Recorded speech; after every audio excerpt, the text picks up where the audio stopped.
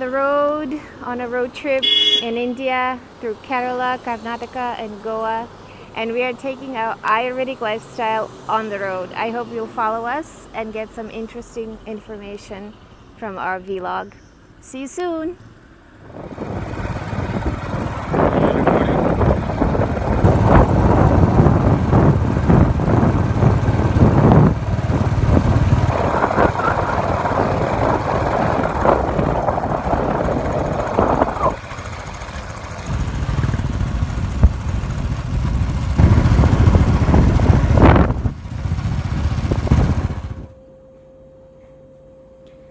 Everyone, seekers, I'm so happy to be back with you, and in this episode I'd like to talk about Tibetan medicine, which of course is another version of Ayurveda, where the Buddhist culture and Buddhist philosophy has played a great role in its development.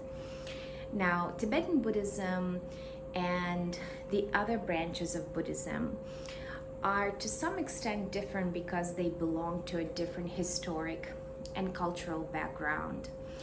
When Buddhism arose in North India many centuries ago, and we believe it was roughly about 2,500 years ago that the Buddha lived, taught, and of course passed into nirvana.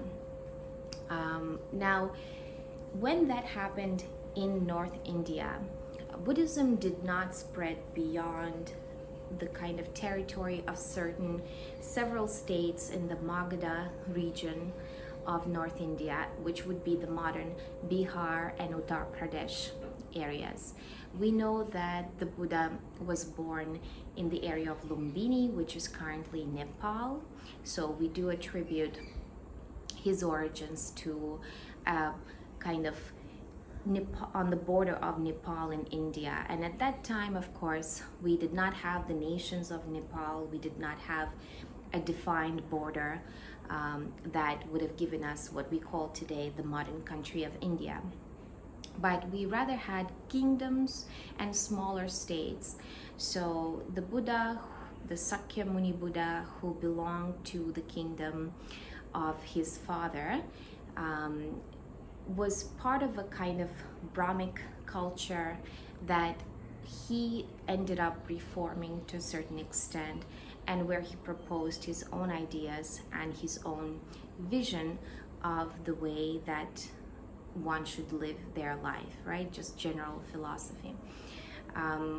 We'll speak about Buddhism more in depth in some other videos, and maybe not part of this series because, of course, the history is much more complex and there's a lot more that we can talk about in terms of the history of Buddhism.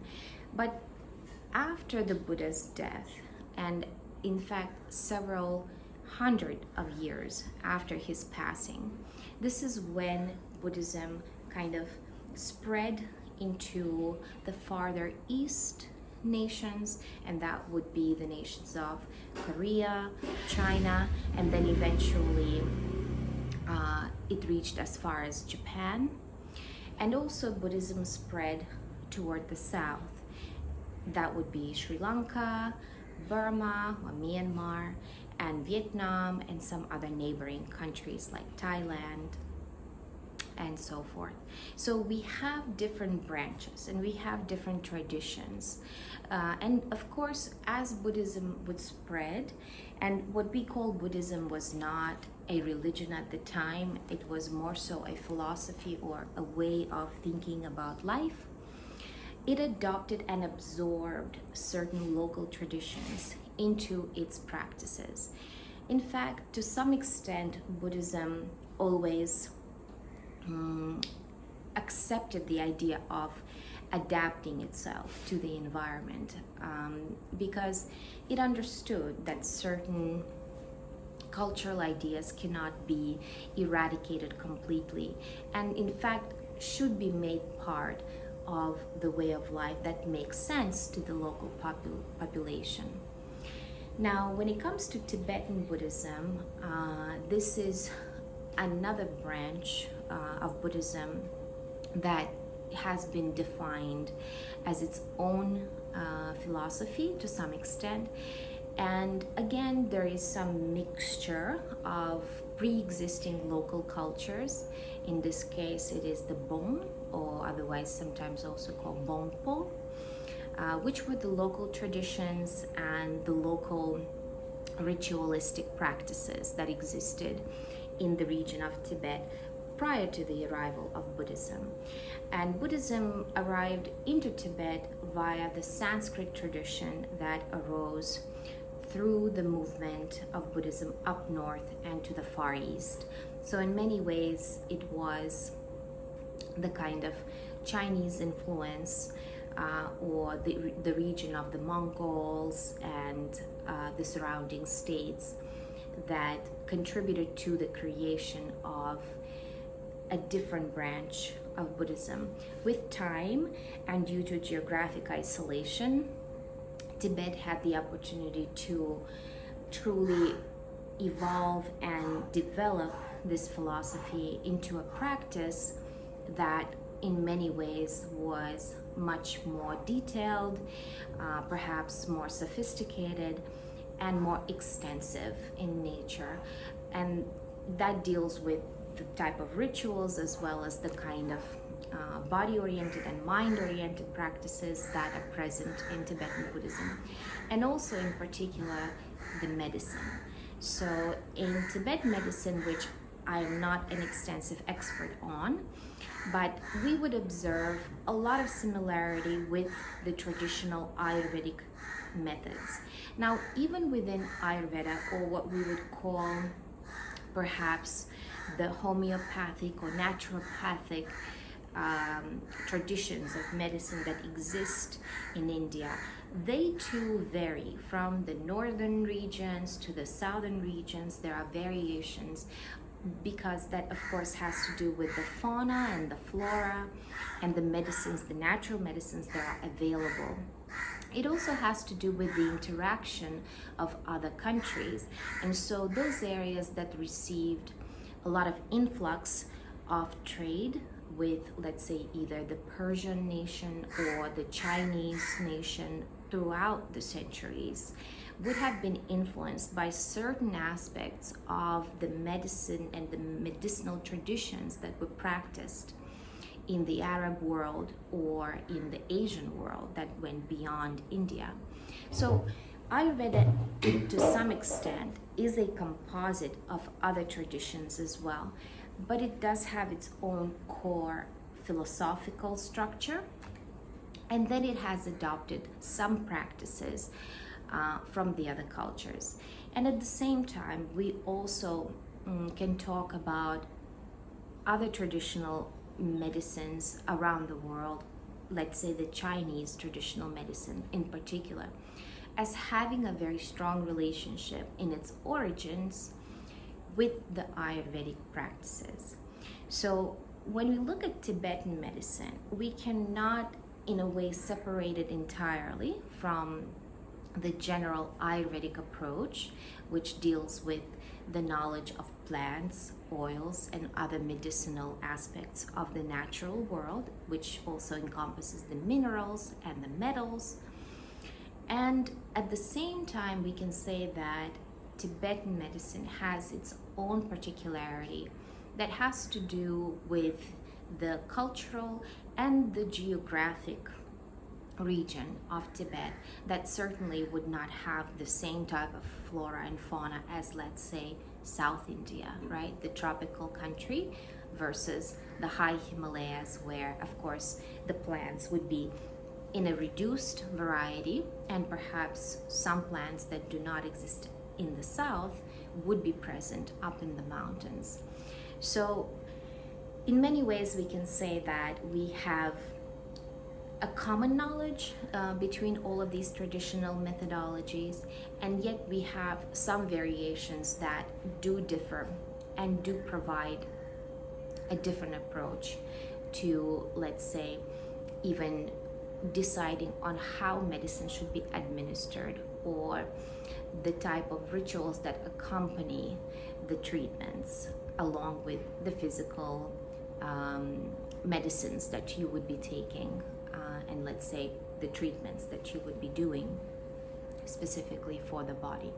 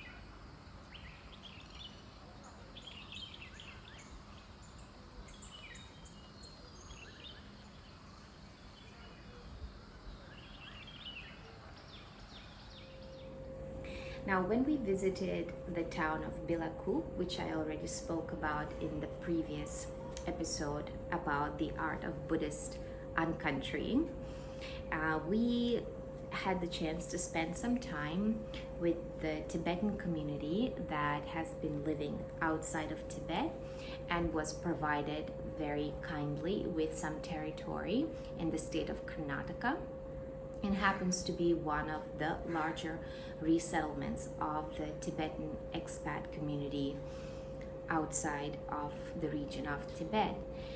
When we visited this location, we had a very, very nice occasion to meet a traditional practicing Tibetan doctor.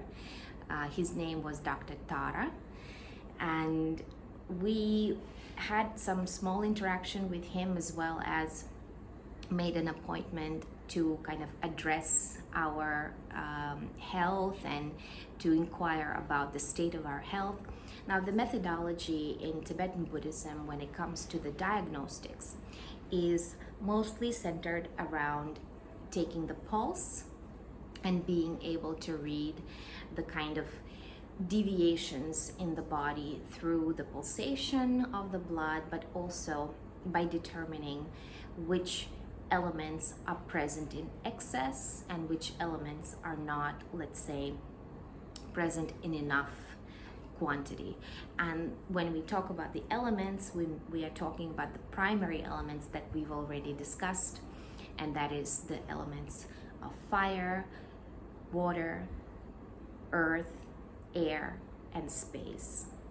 So as you can see, all of that is common in Tibetan traditional medicine as well as in Ayurveda. And by listening to the pulse, which is normally taken on the wrist of the patient with the 3 fingers, we're able to kind of sense which dosha or which element is over functioning and which element is under functioning. There is an art to it, and it comes with a lot of practice to gain that ability to perceive the deviation in the pulse reading. But nevertheless, it is one way that a lot of times practitioners are able to determine which organs also may be related to a particular dysfunction in the body. And that has to do with understanding with the function of the primary elements as well as the doshas in the body. So we were able to get our pulse read and kind of given a diagnosis on the state of our health at this time, and let's say for us to be able to determine what kind of things we can do to self-correct these imbalances. And of course, with the help of the doctor, we were able to sort of decide some changes in our digestive habits, as well as we are traveling and we are on the road. Of course, we are encountering situations that they are not particularly balancing, right? They are more so disbalancing. So the doctor had done some adjustments for us in terms of just our physical body, and it was more of a chiropractic nature, where he released some tensions that were present in the body just to help the body recover a more natural flow. But in addition to that, to help our digestion and just the natural internal processes and to support the organ function, he prescribed some natural medicines that I'd like to share with you, show you a little bit, and also because I was prescribed to take these medications over the course of the next month. I'll also be taking my lunchtime medicine at this time, and you can see exactly what it looks like. And as you can see, I'll be following this traditional course of prescription for some time, and hopefully see the positive effects from the treatment.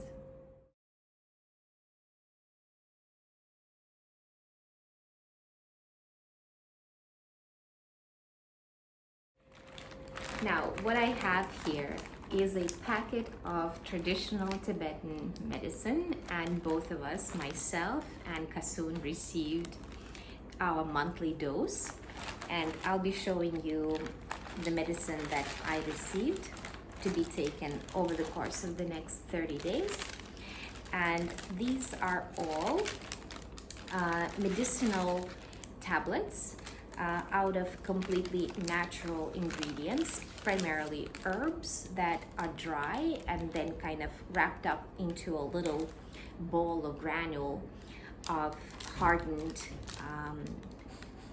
medicinal natural pills. So what I received are 3 packets that are labeled, and this one would be the packet that I would be taking before breakfast, and you see the number 3, which means 3 pills before breakfast to be taken from this packet. Then I have a packet that says after lunch, and this will be exactly what I'm taking right now with you. And you can see there's again number 3, which means 3 pills after lunch. And then I will have 3 more to take after dinner. And this will be my course of 30 days that I will be taking all throughout every day. And the idea is that I am to take 3 of these pills, and I will show you exactly what they look like. Unfortunately, I'm not able to have you smell the medicine because it certainly has a strong smell, but it's not the type of smell that you would be accustomed to with allopathic medicine. So allopathic medicine, we are all familiar with that smell. I'm not exactly sure how to describe it, but I think that we all know, and it's what we call the hospital smell because that tends to be how the medicine itself actually smells. In this case, actually, the smell is much more closer to what you would smell as natural medicine. So if you have a packet of some kind of herbal concoction, or we just, let's say, when you're drinking chamomile tea or any other kind of infusion that's derived from herbs, there's that natural smell depending on whatever the herb that you are taking. So, but because this is more of a combination of herbs, it has a bit of a mixed smell, and yet when you smell it, it really just smells like strong herbs and mixed with some natural oils as well. Now, what do they look like? They actually look like little brown candies. You could even think that they are a kind of chocolate candy. You can see it right there on my palm. And they're a little bit hard, but the idea is that we crush them and then we drink a cup full of warm water following the crushed pills. So I'll be taking 3. This is my after lunch medicine. Oh, I lost one of them. I'll have to find it later. And so I'll need to crush these. I have a plate just for that, and then drink it with water. So bear with me and I'll be right back.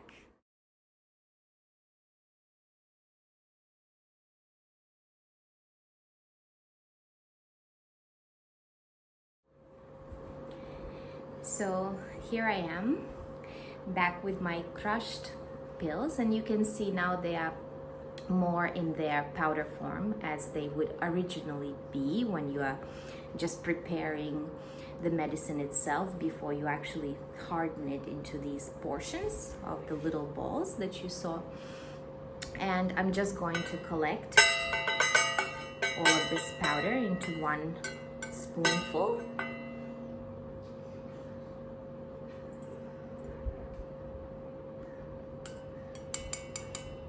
So I can take that with some warm water. There you go. So you can see that brownish color. And as far as the taste goes, like most natural medicines, it tends to be on the bitter side, but it's actually quite manageable, and I wouldn't say that it's more bitter than, let's say, turmeric or some other kind of herb that tends to be more on the bitter side. But generally medicine has a bitter taste, and in many ways that's why we consider them to be medicine, and not just something delicious to be taking like a dessert, right? So I will be taking this.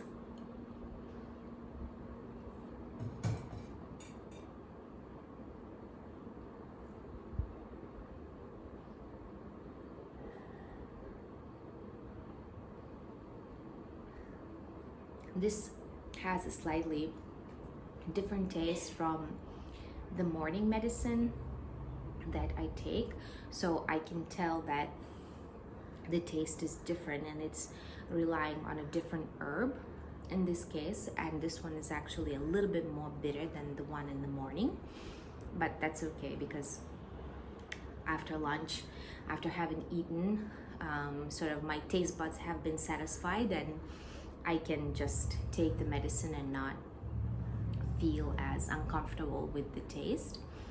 And I'll finish my water so that I make sure I have enough hydration with that.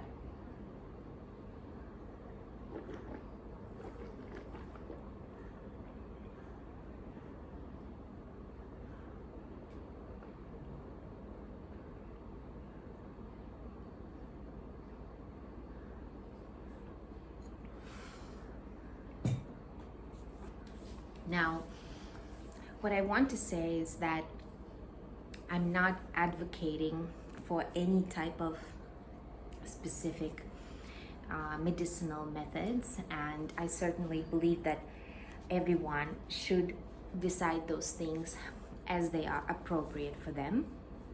But this was a decision that we made for ourselves, and we had this rare opportunity to visit the Tibetan community and to meet with the traditional Tibetan doctor. It has been something that I've been wanting to do for some time, but of course traveling to Tibet or some of the regions where that is available is not always as easy. And so this was a very, very unique opportunity, and I was very happy to have that opportunity. Now, when it comes to this kind of natural medicine, the advantage of natural medicine is that it really doesn't have negative side effects.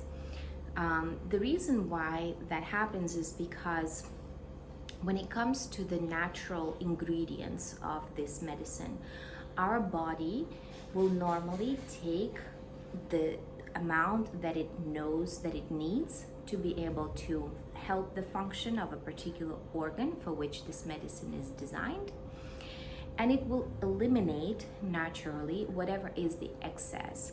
So on one hand, the doctor prescribes a quantity that is sort of in correlation with your body weight or just your general size, but they do so on a approximation in any case. But the body itself actually is wise enough to know the exact quantity that it needs. So in many ways it is a lot more safe to take this medicine because you don't run the risk of over medicating yourself, and at the same time you're able to take advantage of the natural benefits that the herbs have. So we'll see how this process takes its course. I'm very curious to observe the effects of this medicine. Normally, the prescription that I was given was to support the function of my digestive system, and specifically for my spleen, my liver, as well as the kidneys, just to help that process to be working more smoothly and a bit more energetically. And hopefully, if I stick to the treatment, which I intend to do, we'll be able to see some positive effects.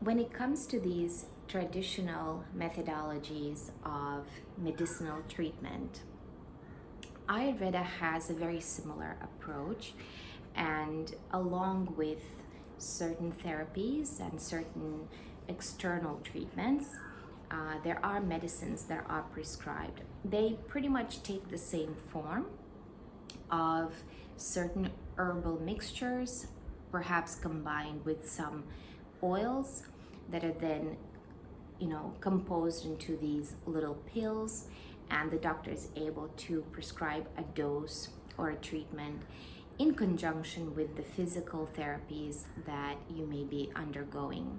Sometimes these treatments are administered via certain drinks or decoctions that are applied, but when it comes to the use of the herbs in particular, those are determined based on the dosha and based on the primary elements that need to be addressed in terms of the disequilibration or the loss of balance in the body.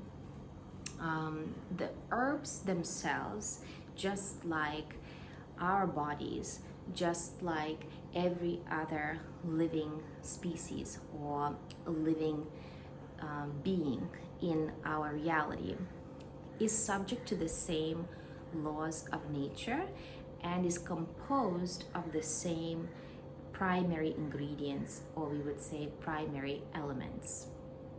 So in that way, we are able to, in somewhat, affect the balance of the body by way of increasing or decreasing the presence of certain elements in our body. We will speak more about each element individually in the next episodes, and also I will provide some additional information about the doshas, which is a very popular topic in Ayurveda, in that all of us are very curious about our own individual constitution, which is what the dosha is. And hopefully you'll be able to see the way in which we are able to draw parallels between the natural world around us as well as the natural world that exists within us. So I hope that you'll join me for the next episode, where we will be discussing in more length the primary elements and the body constitutions or the individual doshas. Thank you, and Ayubowan.